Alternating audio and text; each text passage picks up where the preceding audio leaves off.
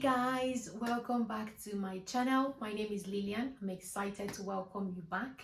If this is your first time on this channel, thank you so much for stopping by. Please subscribe, like, share and comment.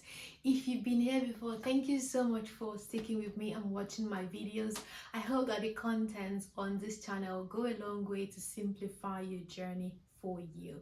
So guys, as I've always said in all my videos, there is space for everyone in the world of tech because we have tech in every area of our lives as humans in the world today.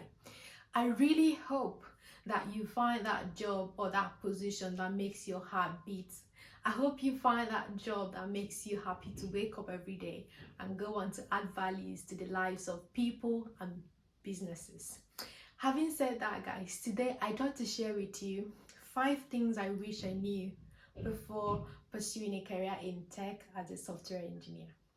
So, as you know, I love to bring my experiences on this channel as a way to simplify the journey for you, as a way to make sure your experience of switching from a non-technical career into tech is as smooth as possible. So, having said that, guys, let's jump right in.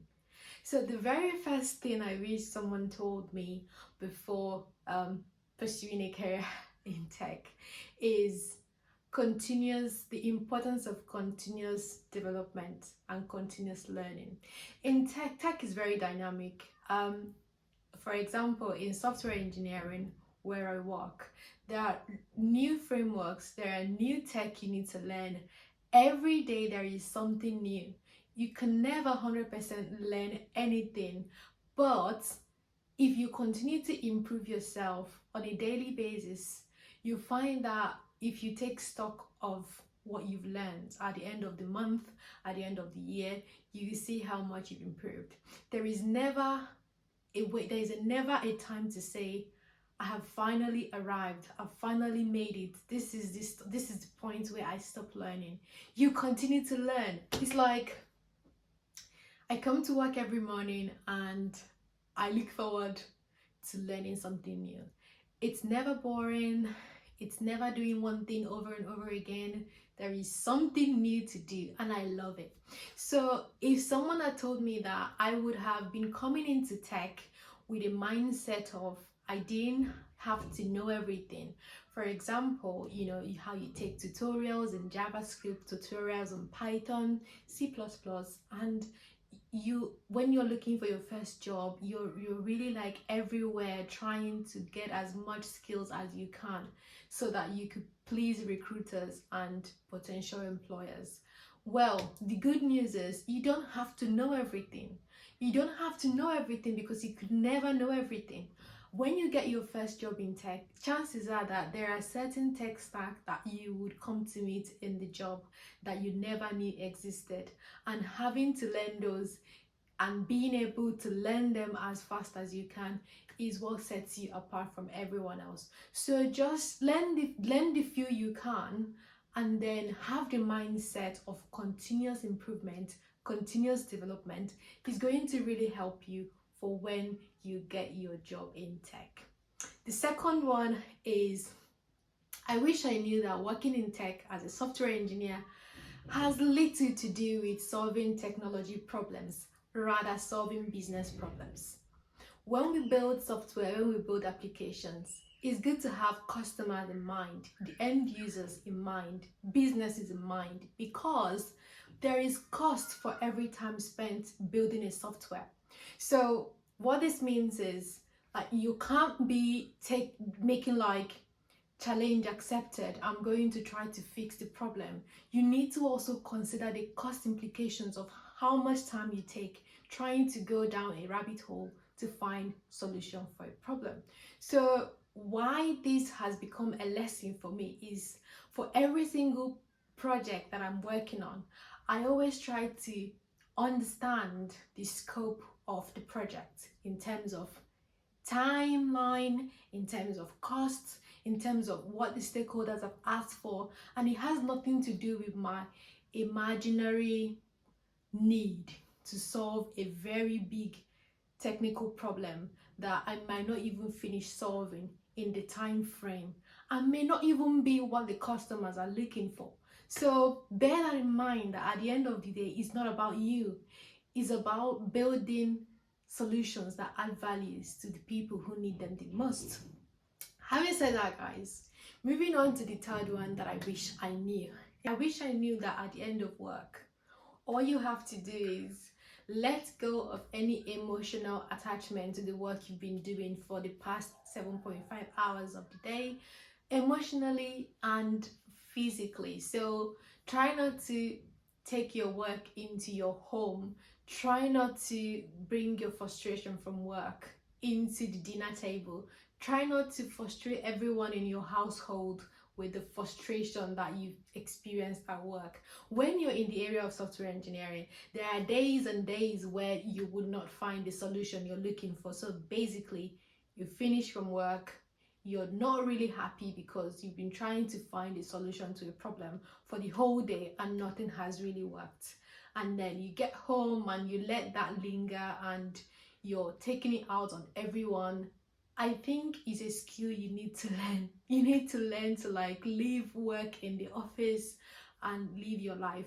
This is also hard to explain because we all work from home now. So when you say leave work in the office, I mean your office is like literally your living room. Yeah, but what I mean is wherever your work is, once you shut down your computer, just let it go.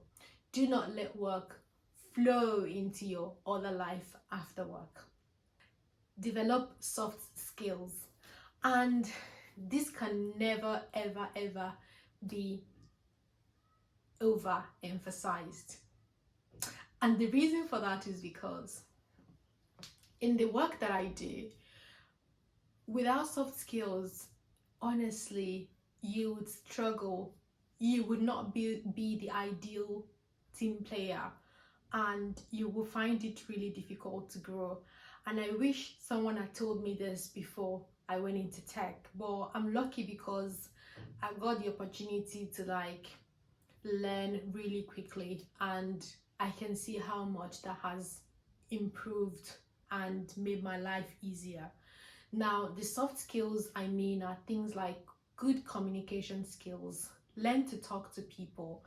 By talking, I don't mean like I mean like learn to properly communicate with people, listen actively, understand what people are trying to say, and respond to them in a manner that they take something away from the conversation. Build network. Honestly, build network. So many trainings out there, opportunities out there. People will point to them, and these people are your network. Also, you need to build teamwork skills. In technology, or rather in software engineering where I work, chances are that you would be working with stakeholders, product owners, the users, business analysts, and a whole lot of other bunch of people. Being able to work with these people and being able to deliver value is of your own good, because honestly, you can't be, you're not an island. You don't know it all. You have to work with a lot of people and a lot of group of people to deliver value, to bring out the product that at the end of the day everyone would be proud of. So you need to be someone who is a good team player, understand people, give good feedback to people, receive feedback in a manner that you don't see a feedback as an attack on your personality, rather see feedback as a tool for change. Also, I would strongly suggest you learn presentation skills. It doesn't matter what you're presenting, it doesn't matter what area of tech you work in. Chances are that at some point you might need to discuss your work with someone who is less technical. You need to be able to break down your work in a manner that they would understand. So, learning to present, learning to communicate, building a network, learning to work as part of a team will go a long way to make your journey into tech much enjoyable. Having said that, guys, the next one I want to talk about is know when to quit. This one might sound really obvious, but it's not. Sometimes you take your tenacity a little too far. Tenacity is something that is good. People who work in the area of software engineering or tech in general, are encouraged to be tenacious. But you need to understand, like I said earlier, costs are involved. For every time you spend finding solution to a problem, you need to understand that someone is paying for that time. And you also need to understand that ultimately what's most important is the value you bring to the users of the product or whatever it is that you're building. Is not about you. So you need to know when to quit. You need to know when to ask for help. I've been in situations myself where I'm stuck at a problem and I keep going hours and hours and hours and I'm not making any headway. And I apply strategies that I've applied in the past that worked, things like leave your desk, go for a walk, clear your head, come back in, try again. It should work. If it's not working, leave it till tomorrow. It will work. But if that is not working for me, I have to ask for help. Kind of swallow your pride and ask for help. In the tech space, just try to avoid doing like challenge accepted. Even if it takes me 6 months to solve this problem, I'm going to try to solve it.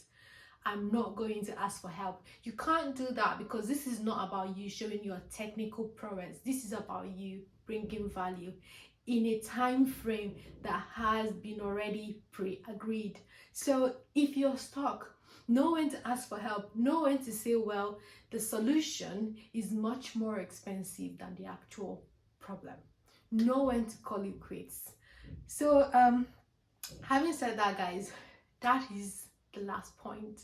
So finally, I just wanted to say that I haven't had a reason so far to regret my choice of moving into tech to work as a software engineer.